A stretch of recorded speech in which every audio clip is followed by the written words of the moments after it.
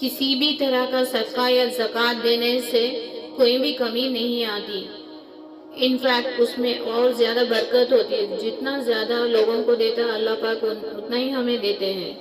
رمضان کے مہینے میں شیطان کو باندھ دیا جاتا ہے۔ ہم یقین کرتے ہیں کہ شیطان جو ہے ہمیں برے کام کرنے سے اکساتا ہے، تو شیطان اس مہینے میں قید میں رہتا ہے۔ ہمارے لیے بہت آسان ہو جاتا ہے کہ اچھے اچھے کام کریں اور نمازوں کی عبادت کریں، اور رمضان کو معافی کا بھی مہینہ کہا جاتا ہے۔ ہم مسلمز یہ بھی بلیو کرتے ہیں کہ قیامت کا ایک دن ہوگا جس میں ہر انسان کو اپنے اپنے اعمال کا حساب دینا پڑتا ہے، ایک ایک کر ہر کام آپ نے جو گناہ کیے ہیں دنیا میں، اس دن آپ کو حساب پوچھا جائے گا،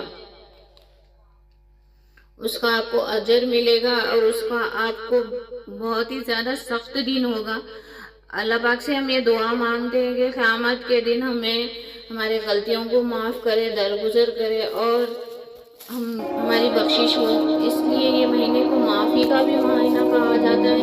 اگر کوئی اپنی غلطی کو سچے دل سے معافی مانگتا ہے تو اللہ اسے معاف کر دیتے ہیں، تو اس لیے یہ مہینہ اور بھی زیادہ خاص ہے مسلمز کے لیے۔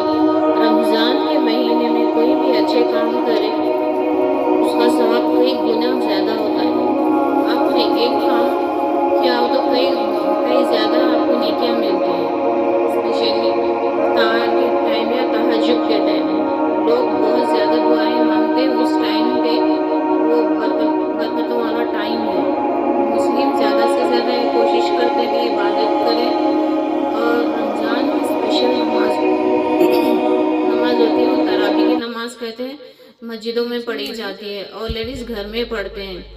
حفیظ نماز میں قرآن پڑھا جاتا ہے تھوڑا تھوڑا کر کے، ایک پورا قرآن ہر کوئی سن لے، کیونکہ یہ قرآن کا مہینہ ہے۔ یہ کافی لمبی نماز بھی ہوتی ہے، 1-2 گھنٹے کی نماز ہوتی ہے، زیادہ سے زیادہ عبادت کرتے ہیں، ہر کوئی کوشش کرتا ہے۔ اسلام کی بہت خوبصورت بات یہ ہے کہ اسلام ہمیں ایک کوالٹی سکھاتا ہے، چاہے آپ امیر ہو یا غریب ہو یا فقیر ہو، آپ بلیک ہو یا وائٹ ہو،